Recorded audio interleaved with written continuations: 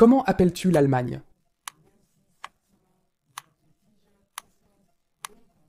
Parce qu'il y a tellement d'options.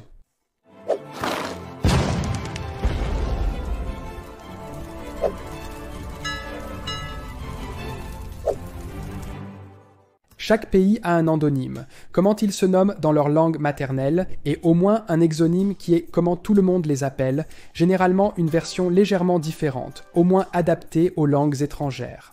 C'est pourquoi la ville portugaise de Lisboa est appelée Lisbonne en anglais, et Lisbon en suédois ou Lisbona en italien.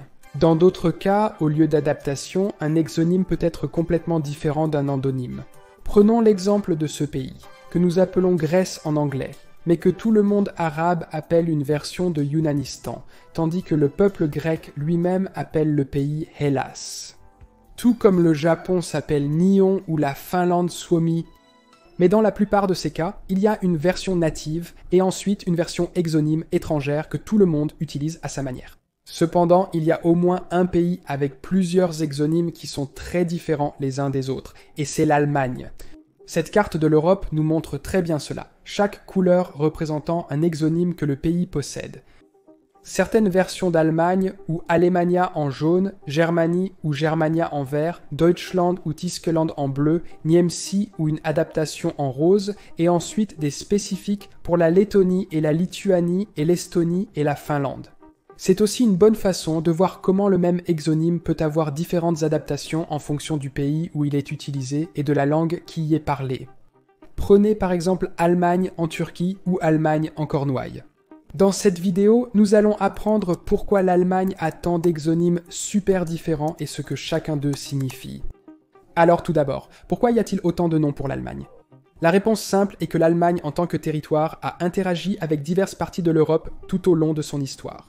Elle est au milieu de l'Europe, et donc cela a du sens. Et à l'intérieur du territoire que nous identifions aujourd'hui comme l'Allemagne, diverses tribus existaient, certaines d'un côté et d'autres de l'autre. Et donc très souvent, l'existence de différents noms, selon où vous êtes en Europe, pour l'Allemagne, a à voir avec le fait que la tribu avec laquelle ils interagissaient était une, quand de l'autre côté de l'Europe, c'était une autre. Et donc les régions environnantes connaissaient le territoire sous différents noms, selon avec quelle tribu elles interagissaient et comment se passait cette interaction. Des Saxons aux Thuringiens, parmi tant d'autres. Il est très intéressant de voir combien de lieux européens aujourd'hui peuvent encore retracer leur étymologie à l'époque où ces invasions barbares ont eu lieu. Nous en avons parlé il y a quelques vidéos, comment la région de Bourgogne en France trace son origine aux Burgondes, qui venaient d'une île au Danemark. Et un autre exemple est la France, qui tire son nom des Francs, qui ont également envahi l'Empire romain occidental. Mais en tout cas, revenons à l'Allemagne. Pour trouver plus de réponses sur la façon dont chaque exonyme a vu le jour, nous devons examiner leur origine, comprendre d'où ils viennent et ce qu'ils signifient. Mais d'abord, commençons par comprendre l'endonyme lui-même, Deutschland, comment les Allemands se nomment en allemand. Le mot allemand a ses racines dans l'ancien haut allemand dio, qui signifie peuple, et l'adjectif associé diustik, qui signifie du peuple. Par conséquent, Deutschland signifie en quelque sorte simplement « terre du peuple » ou « terre des gens », les gens dans ce cas étant les Allemands. Quelques autres pays en Europe, principalement ceux qui sont étroitement liés à l'Allemagne, les appellent aussi ainsi. Donc je ne sais pas si nous devrions appeler cela un exonyme. Sur la carte, ils sont aussi en bleu. Et les deux plus grands exemples sont la version néerlandaise et la scandinave. Les Pays-Bas et la Flandre utilisent Duitsland et la Scandinavie utilise Tiskeland. Je suppose que ce sont des mots différents, mais Tiskeland est basé sur les anciens mots germaniques et nordiques Bidesker et Theoda, que je prononce certainement mal, mais ils signifient simplement des gens, donc le sens est exactement le même. Le mot anglais Modern Germany dérive du latin Germania, que nous pouvons voir sur la carte, et ce que les Italiens appellent toujours le pays aujourd'hui également. La première utilisation de ce terme a été trouvée dans les écrits de Jules César, un grand groupe de tribus à l'est du fleuve Rhin. Il est intéressant de voir comment les Romains semblent simplement regrouper toutes ces différentes tribus ensemble, leur donnant un seul nom au lieu de se donner la peine de les distinguer individuellement. En fait, il semble vraiment qu'ils aient simplement décidé de regrouper toutes les tribus à l'ouest du fleuve Rhin et de les appeler Gaulois, et de regrouper toutes les tribus à l'est du fleuve Rhin et de les appeler tous Germanie. Et donc, dans ce cas, l'origine de Germania en latin serait simplement la terre des tribus Germanie. Donc nous devons examiner l'origine de Germania elle-même, mais c'est un peu plus compliqué. Selon le livre intitulé précisément Germania de Tacite, un sénateur et historien romain, il écrit comment Germania était un nom moderne et récemment introduit et avait été précédemment appliqué uniquement lorsqu'il s'agissait de la tribu des Tongri, qui vivait en fait dans ce qui est aujourd'hui la Belgique. Ce serait donc au moins l'une des tribus dont Jules César avait parlé et qu'il avait désigné comme les Germani Tisrenani, les Allemands de ce côté du Rhin. Mais cela laisse toujours la question ouverte de ce que signifiait le mot et d'où il venait, ou si Jules César l'a simplement inventé. Certains disent qu'en vieux haut allemand, cela signifiait la façon dont les Allemands se référaient les uns aux autres, et donc les tribus avaient une sorte de concept qui les unissait, et ils utilisaient ce terme, mais cela me semble un peu incertain. D'autres disent qu'il aurait obtenu le nom des Gaulois, qui avaient un mot pour les tribus de l'autre côté du Rhin, les appelant Germani, ce qui signifierait quelque chose comme fils de la forêt ou simplement voisin. Et donc, nous ne pouvons pas vraiment savoir d'où vient Germanie, mais dans tous les cas, il a été adapté et utilisé pour désigner les tribus sur le territoire que nous connaissons aujourd'hui en général comme l'Allemagne. Donc, bien que son sens soit incertain, nous pouvons en retracer l'origine très précisément. C'est ce que les Romains appelaient la zone de l'Allemagne en latin. Aujourd'hui, il est utilisé par le Royaume-Uni, l'Italie, la Grèce, l'Albanie, le Kosovo, le Monténégro, la Bulgarie, la Roumanie et la Moldavie, en plus de presque tous les pays autrefois partis de l'Empire britannique, comme nous pouvons le voir sur cette carte, avec l'ajout de la Russie, la Géorgie, Chypre, l'Arménie et la Mongolie. Mais si l'origine du terme est latine, il est un peu étrange que les Britanniques continuent à l'utiliser malgré leur langue anglo-saxonne. Quand on regarde les pays de Scandinavie ou les Pays-Bas, ils ne l'ont pas fait. Et la raison est assez intéressante, et nous devons passer à l'exonyme suivant pour vraiment comprendre quelle était la raison. Parce que pendant qu'ils gardaient Germania, d'autres pays parlant des langues latines et romanes l'ont changé. Comme c'est le cas avec la France, le Portugal et l'Espagne, les anciennes colonies de ces pays à travers le monde et l'ensemble du monde arabe. Parce que tous ceux-ci en jaune sur la première carte utilisent une version de Allemagne, Alemania, Alemania, Alemania ou Elmania. Alors, d'où vient cet exonyme ? Une autre tribu. Le nom Allemagne vient de la tribu des Alamans qui vivaient en Alemania, qui est l'Alsace d'aujourd'hui, des parties du Bade-Württemberg et de la Suisse. Et je suppose que les gens de ce qui est aujourd'hui la France ont commencé à l'utiliser pour désigner les habitants de l'Allemagne parce que c'était le premier point de contact qu'ils avaient avec ce territoire. Ce qui remet un peu en question l'idée que Jules César aurait obtenu le nom Germanie des Gaulois parce que si les Gaulois les appelaient Alémanie, cela ne serait pas possible.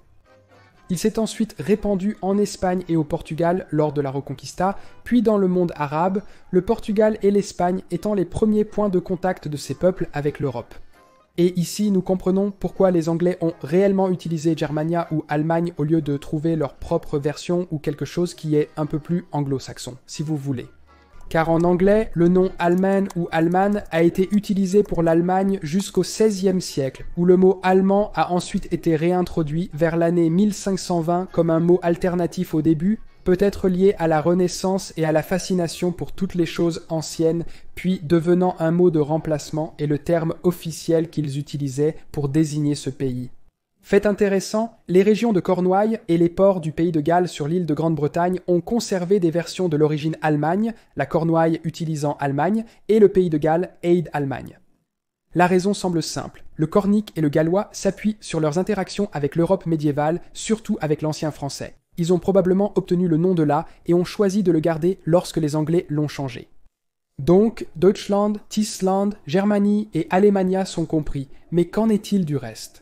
Car il y a au moins 3 autres exonymes de l'Allemagne dont nous devons apprendre. Celui slave, comme Niemcy en Pologne et ses variantes, celui finnois et estonien, Saksa et Saksama, et ceux lituaniens et letton, Vokietija et Vosija. Je sais que je les prononce sûrement mal, alors corrigez-moi en commentaire si vous connaissez la bonne prononciation.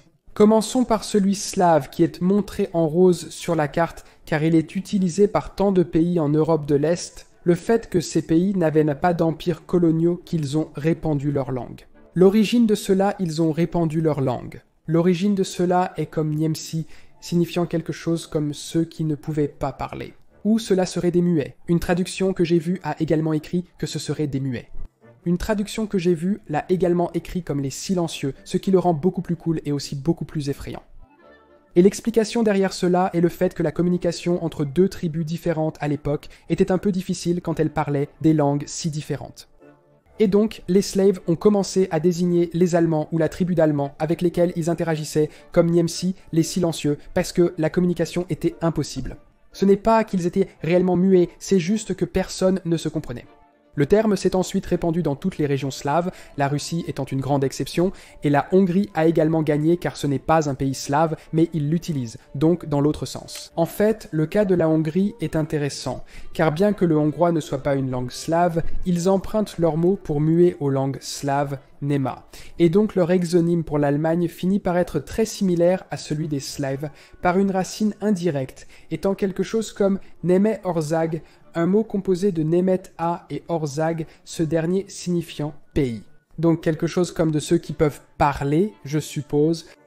Un fait amusant, un cas similaire aux slaves se référant aux Allemands comme muets, est l'origine du mot barbare, qui serait supposément onomatopéique à l'oreille grecque. Les locuteurs de langues étrangères produisaient des sons inintelligibles, quelque chose comme bar, bar, bar, bar, et c'est ainsi que le terme barbare serait apparu. Je ne sais pas si c'est vrai, mais ce serait une explication cool. Maintenant que nous avons compris l'exonyme slave pour l'Allemagne, il n'en reste que deux. Alors commençons à conclure en comprenant le finnois et l'estonien, Saksa, qui vient de saxon ou saxon en anglais, qui étaient les tribus avec lesquelles ils interagissaient le plus, ou qui étaient les plus répandues à l'époque où le terme a commencé à être utilisé par les peuples finlandais et estoniens locaux. C'est donc exactement la même logique que les Français qui l'appellent Allemagne, c'était juste la tribu qui était la plus proche ou la mieux connue d'eux sur le territoire de l'Allemagne. L'Estonie utilise une version appelée Saksama, probablement identique mais en estonien, ce qui nous amène au dernier exonyme utilisé pour l'Allemagne, ceux utilisés par la Lituanie et la Lettonie, qui malgré leurs différences sont regroupés sur la carte, ce qui nous amène à croire qu'ils ont une origine commune, Vokietija et Vasija, respectivement. Et j'ai laissé celui-ci pour la fin parce que les origines et la signification de ceux-ci sont un peu incertaines, sinon totalement inconnues. Ils contiennent tous les deux les mots racines vaka ou vakia. Le linguiste lituanien Kazimieras Būga a associé cela à une référence à une tribu suédoise appelée les Svagots dans une chronique du VIe siècle. Je veux dire, les Romains ont appelé l'ensemble de l'Allemagne Germania après un ensemble de tribus qui étaient en réalité en Belgique, donc il serait assez probable qu'ils aient appelé l'Allemagne ce autre nom à cause d'une tribu suédoise. Ce n'est pas inouï. En même temps, le linguiste Letton Konstantins Karoulis propose que le mot puisse être basé sur le mot indo-européen vek signifiant parler, d'où dérive l'ancien mot prussien wakis et le mot letton veskis, signifiant tous deux quelque chose comme cri de guerre. Si la tribu allemande avec laquelle ils interagissaient avait un cri de guerre spécifique, cela pourrait être l'origine du terme. Ou peut-être qu'ils faisaient aussi des bruits incompréhensibles avec leur langue que les Baltes ne comprenaient pas, et donc ils ont associé juste un bruit et ont choisi ce nom pour les désigner de la même manière que les slaves ont choisi Miemsi. D'autres personnes prétendent que le nom vient plus tard et est lié à la similitude entre Vokietis, un allemand, et le mot Vokti qui signifie acier, à cause des ordres teutoniques et levoniques allemands vus comme des pillards des locaux, mais les ordres levoniques vus comme des pillards des locaux. Les théories des linguistes actuels et des personnes qui travaillent sur cela sont un peu plus probables, mais laquelle est vraie ou le fait que peut-être les deux le sont est très incertain. Et ainsi, nous apprenons les 6 ou 7 exonymes que l'Allemagne a en Europe et dans le monde. Et comprendre tout d'abord pourquoi ils existent en raison du fait que l'Allemagne est un territoire si central en Europe et du fait qu'au cours de son histoire, elle a interagi avec les régions voisines à travers différentes tribus et de différentes manières. Et donc aussi découvrir ce que signifient ces exonymes et d'où ils viennent, la plupart d'entre eux étant associés à une tribu spécifique de l'Allemagne, comme les Alamans ou les Saxons ou un groupe de tribus que Jules César a apparemment simplement décidé d'appeler les Germains, ou même au fait qu'ils ne comprenaient pas ce que disaient les tribus ou un bruit spécifique qu'ils faisaient. Tous étant assez différents de l'endonyme Deutschland que les Allemands utilisent pour se référer à eux-mêmes. Ce qui, étonnamment, est utilisé par certains pays très éloignés, comme la Chine, le Vietnam, Taïwan ou le Japon. La Norvège, par exemple, utilise l'endonyme, ce qui est bien connu. Quel exonyme de l'Allemagne utilisez-vous pour utiliser l'endonyme? Quel exonyme de l'Allemagne utilisez-vous pour votre pays? Faites-le moi savoir dans les commentaires, ainsi que tout autre cas intéressant que vous connaissez, de ces types d'exonymes super différents pour un pays spécifique par rapport à l'endonyme ou à d'autres exonymes qu'il peut avoir. Abonnez-vous à la chaîne. Pour rappel, si j'atteins 1 million d'abonnés, je vais faire un épisode complet en costume de Napoléon, alors si vous voulez voir ça, vous devez vous abonner. Merci beaucoup à mes mécènes pour leur soutien. Je viens de faire un tirage au sort d'une peinture de culture générale vraiment cool. Et je vais faire d'autres choses ainsi que fournir un accès anticipé et du contenu exclusif. Donc si vous voulez faire partie directement de la chaîne, j'apprécierais vraiment. Sinon, merci simplement de regarder et je vous verrai la prochaine fois pour plus de culture générale.